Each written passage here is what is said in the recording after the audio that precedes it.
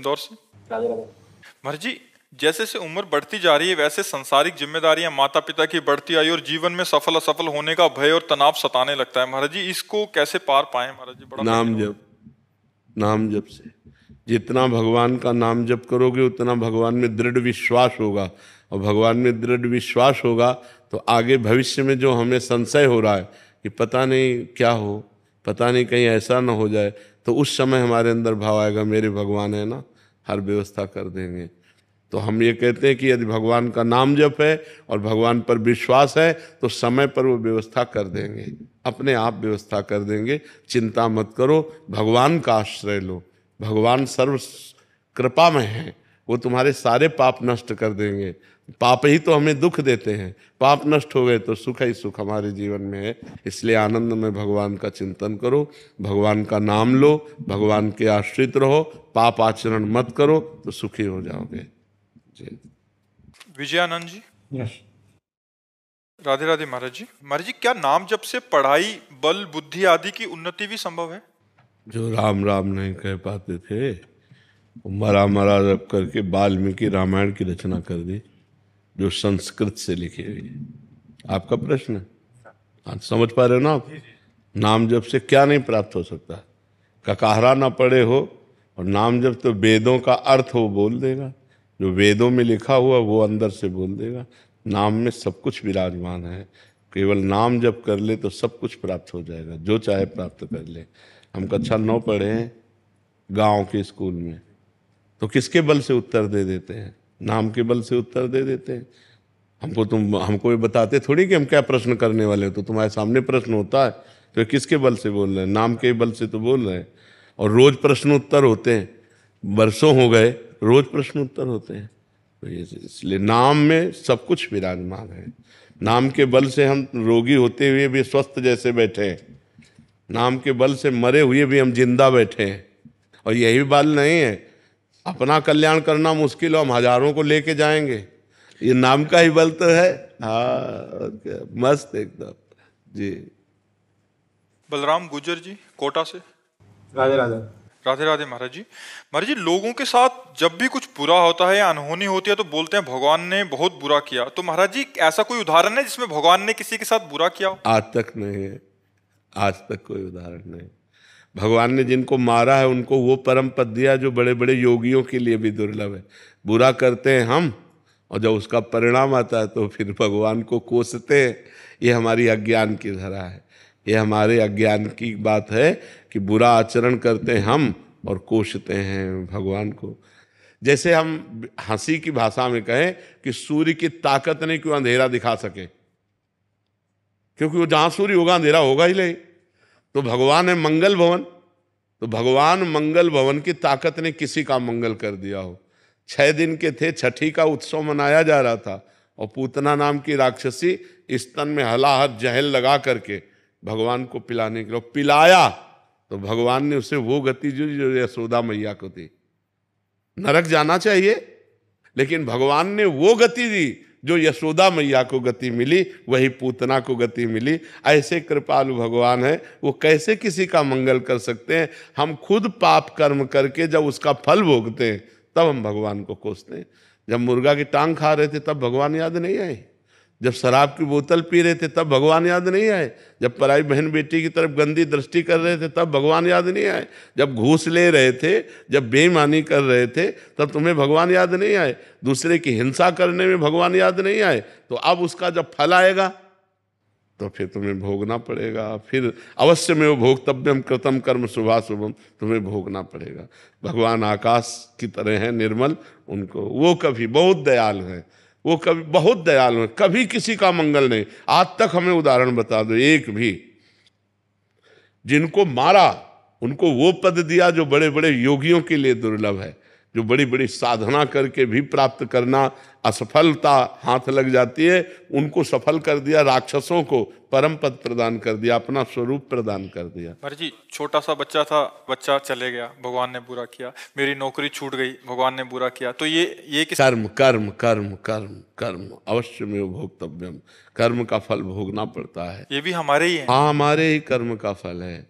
उस बच्चे का कर्मफल, उसके संयोग में हमारा कर्मफल, ये बिल्कुल संयोग। अब आजकल लोग ध्यान नहीं दे, बच्चियों के साथ ऐसा दुर्व्यवहार हो रहा है, गर्भ हत्या करवा रहे हो, भ्रूण हत्या करवा रहे हो, इनका जब फल आएगा तो भगवान को कोसने से तुम बच जाओगे क्या? तुम्हें भोगना पड़ेगा। अवश्य में भोक्तव्यम कृतम कर्म शुभाशुभम। इसलिए डरो। इसको खिलवाड़ समझा जाता है, बहुत बड़ा महापाप है भ्रूण हत्या, गर्भ हत्या, ये महापाप है। और माताएं बहनें इस बात को समझ नहीं रही। और बेटी की तरफ ऐसी घृणित बुद्धि से देखा, बिटिया हो गई, हम तुम कहाँ से आए हैं? विचार करो, अगर स्त्री शरीर ना हो तो हमारी तुम्हारा सृजन कहाँ से हो जाए? अच्छा, बिटिया सब बंद हो जाए तो ये सब क्या होगा? पूरी सृष्टि रुक जाएगी। सृष्टि तो उन्हीं से है। तो ये बात समझ में नहीं आती लोगों के। और बच्चियों की हत्या कर देना, गर्भ में बच्चियों की हत्या कर देना, बच्चियों का अनादर करके ऐसे, तो ये सब महापाप है। कन्या हत्या देवी है, भ्रूण हत्या, ये सब बहुत बड़े बड़े पाप होते हैं जिनको हम पाप ही नहीं समझ। अच्छा, पराई स्त्री से व्यभिचार, ये आज खिलवाड़ समझा जाता है? नहीं, तो जब उसका परिणाम आएगा तो फिर भोगना पड़ेगा, बुद्धि भ्रष्ट हो जाएगी। अब उन भ्रष्ट आचरणों का जब फल आएगा तब फिर कहा जाएगा यार ये तो बहुत गलत किया। भगवान गलत नहीं करते, हमारे कर्म आचरण जो हैं वो गलत है, वो न्यायाधीश हैं, वो ठीक न्याय कर देते हैं। जी बाबा जी, 3 पुत्रियां हैं और मेरा जीवन ही बदला तब जब मेरी पुत्री। हाँ बिल्कुल ऐसा, बिल्कुल। और हम ये कहते हैं कि पुत्र ना हो और पुत्री हो, आप उसका पालन पोषण करो तो बुढ़ापा में पुत्र से ज्यादा प्यार पुत्रियां करती हैं। और लड़के जो हैं और पुत्रियां ना हो, फिर आप देखो कि कैसा व्यवहार होता है। आजकल किसी के लड़के अगर माता पिता को मान रहे तो भगवान को मनाओ कि बहुत बड़ी कृपा है तुम्हारी। नहीं, आजकल भाग्य से शायद हम बढ़ पा रहे हैं। बिल्कुल बिल्कुल बिल्कुल। प्रिया जी हिमाचल से। राधे राधे महाराज जी, माला जपने में और काउंटर से जपने में कोई अंतर है? हम कौन सा जप करना चाहिए? काउंटर और माला से, समय से, अंगुली से, कैसे भी जपो, ये तो बाहरी बात है। मेन बात है अंदर चलना।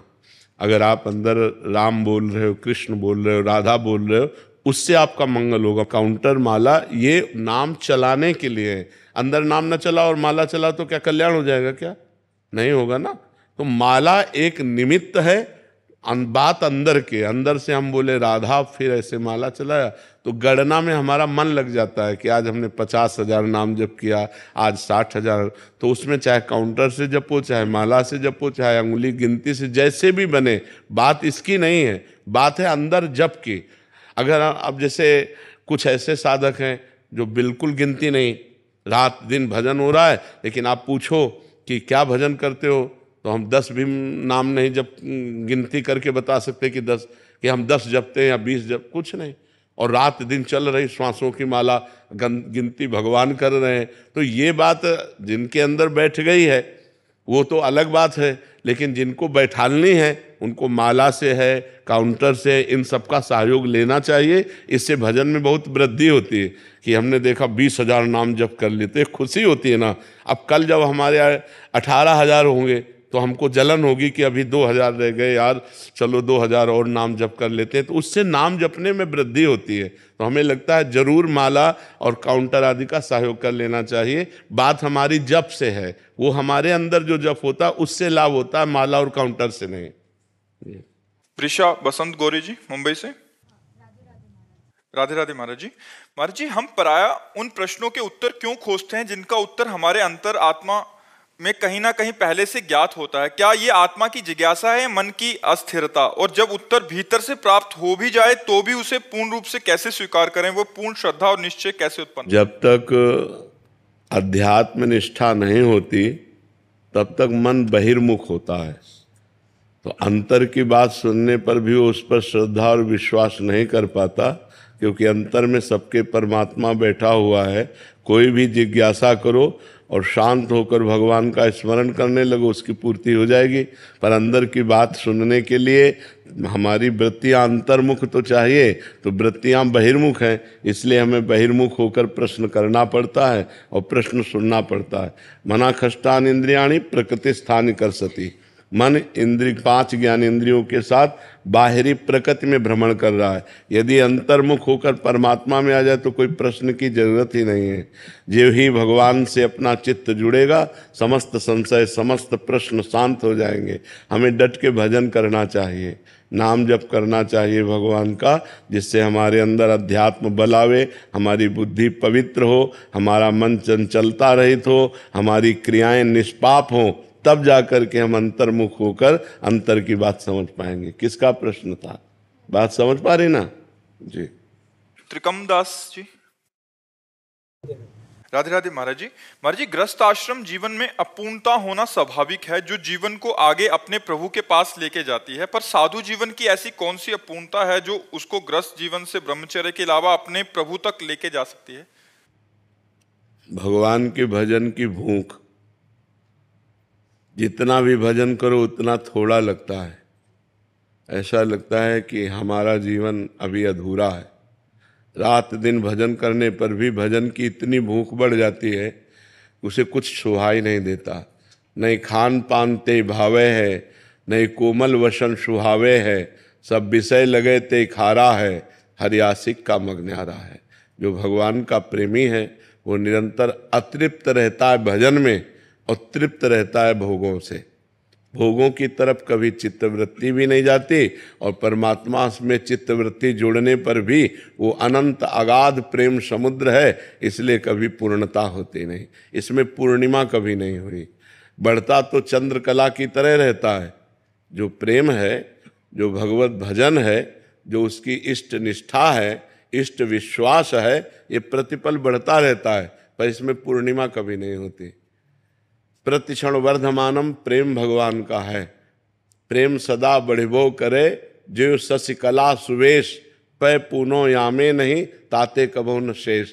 पर इसमें कभी पूर्णिमा नहीं होती और कभी शेष बचता भी नहीं कि अभी इतना रह गया है।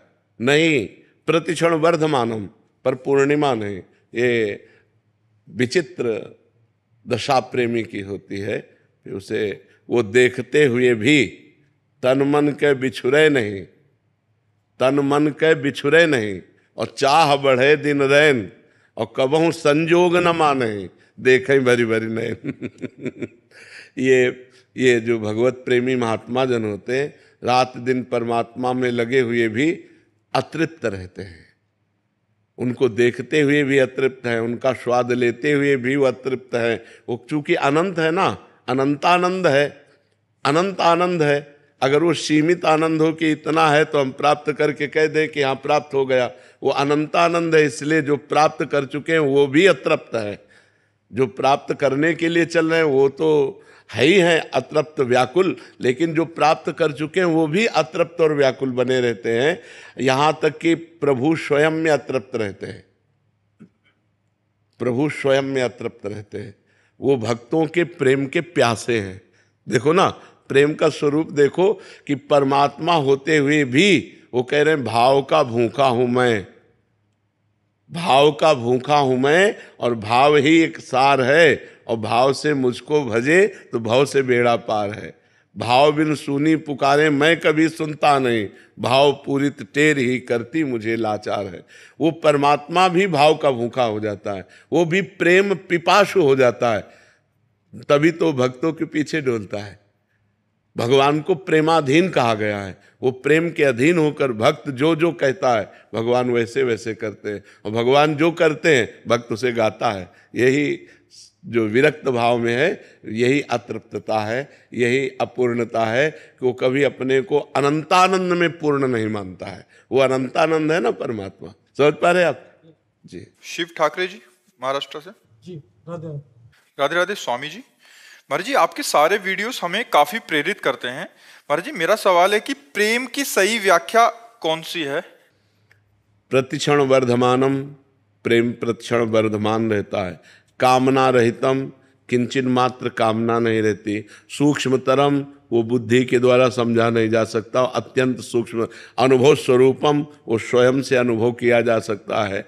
तो जब हम भगवान का नाम जप करते हैं और पाप आचरणों का त्याग करते हैं और भगवान की लीला कथा सुनते हैं, भगवान के संतों से अनुराग करते हैं, तो हमारे हृदय में भगवान का प्रेम जागृत होता है। कोई भी द्वंद्व उसको प्रभावित नहीं कर सकता जिसके हृदय में प्रेम जागृत हो जाता है।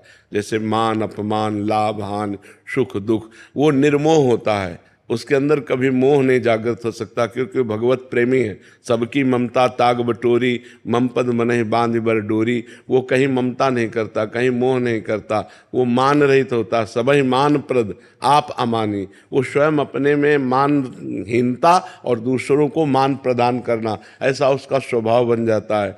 और वो संगजित होता है, किसी का भी प्रभाव उसके ऊपर नहीं पड़ेगा। कामिनी, नाना प्रकार की संपत्ति, नाना प्रकार की प्रशंसा, मान प्रतिष्ठा, इसका कोई भी नहीं। जित संग दोषा होता है, उसके अंदर किसी भी दोष का प्रभाव नहीं जागृत हो सकता। जैसे भुने हुए चने को कितना भी आप खाद पानी लगा के बो दो, कभी जगेगा नहीं। ऐसे वो जिसके हृदय में प्रेम जागृत हो जाता है, वो विनिवृत्त कामा, समस्त कामनाएं उसकी शांत हो जाती हैं। कभी उसमें काम आदि दोष स्फुरित नहीं हो सकते। कोई भी द्वंद्व उसको प्रभावित नहीं कर सकता। सुख दुख में समान भाव रखता है। ऐसा महान सहनशील जो प्रेमी जन है, वही भगवान को अपने अधीन कर लेता है। तो प्रेम है सूक्ष्मतरम, अनुभव स्वरूपम, प्रतिक्षण वर्धमानम और कामना रहितम। कोई भी कामना नहीं रहती जिसके हृदय में, उसके हृदय में प्रेम जागृत होता है। समझ पा रहे हो?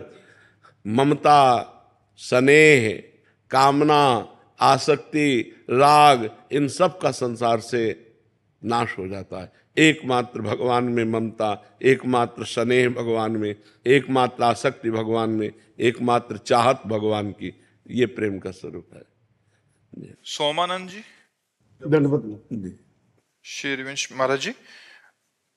महाराज जी, आप कह रहे थे कि आप पहले फोर्स में थे, फिर बाद में संन्यास लिया इन्होंने, बट बहुत देर से आपकी कथा सत्संग सुनता हूँ। आपकी कथा से मैंने हर समस्या का समाधान पाया। महाराज जी, केवल आपका धन्यवाद करना चाह रहे थे। बहुत कृपा, बहुत कृपा। आप संतों की कृपा से ही जो कुछ वाणी निकलती है, वो संत कृपा से ही निकलती है। सानंद कुमार जी, गोरखपुर। राधे राधे महाराज जी। महाराज जी, संपूर्ण सृष्टि की रचना ईश्वर द्वारा की गई है और सब कुछ पूर्व निर्धारित है। पहले इसको यहाँ समझ लेना, संपूर्ण सृष्टि की रचना ईश्वर ने की और स्वयं ईश्वर ही संपूर्ण सृष्टि बना। ये बात समझ रहे हो? संपूर्ण सृष्टि की रचना करने वाला भी वही, और जो रचना की गई वो भी वही बना हुआ है, दूसरा कोई नहीं है। वही परमात्मा एकोहम बहुश्यामा, मैं एक बहुत रूपों में हो जाऊं, वही बहुत रूपों में है। अब प्रश्न करो। महाराज जी, सब कुछ पूर्व निर्धारित है, तो किसी व्यक्ति द्वारा प्रारंभ में गलत कर्म और किसी के द्वारा सही कर्म क्यों किए जाते? मनुष्य शरीर में पूर्व निर्धारित सुख और दुख है, कर्म नहीं। कर्म निर्धारित नहीं है। जो हमने पूर्व में पाप कर्म किए और जो पूर्व में पुण्य कर्म किए, उसके मिश्रण से हमारे शरीर की रचना हुई। तो हमको कभी पाप का फल दुख मिलेगा, कभी पुण्य का फल सुख मिलेगा। लेकिन नवीन जो कर्म हो रहे हैं वो पूर्व प्रारब्ध से नहीं हो रहे, वो हमारी बुद्धि की मलिनता से हो रहे हैं, हमारे मन की चंचलता से हो रहे हैं। इनको पुनः आगे चलकर भोगना पड़ेगा। समझ पा रहे हो? कर्म हमारे पूर्व की प्रेरणा से नहीं हो रहे, फल पूर्व की प्रेरणा से आ रहा है। जैसे आपने बहुत पढ़ाई लिखाई की, बहुत मेहनत की, लेकिन आपका पूर्व पाप बहुत अधिक है, आपकी नौकरी नहीं लगने देगा, आपका व्यापार सफल नहीं होने देगा, आपको घुटने टिकवा देगा, हर विपत्ति दुख। तब आप कहोगे मैं तो इतनी मेहनत करता हूँ।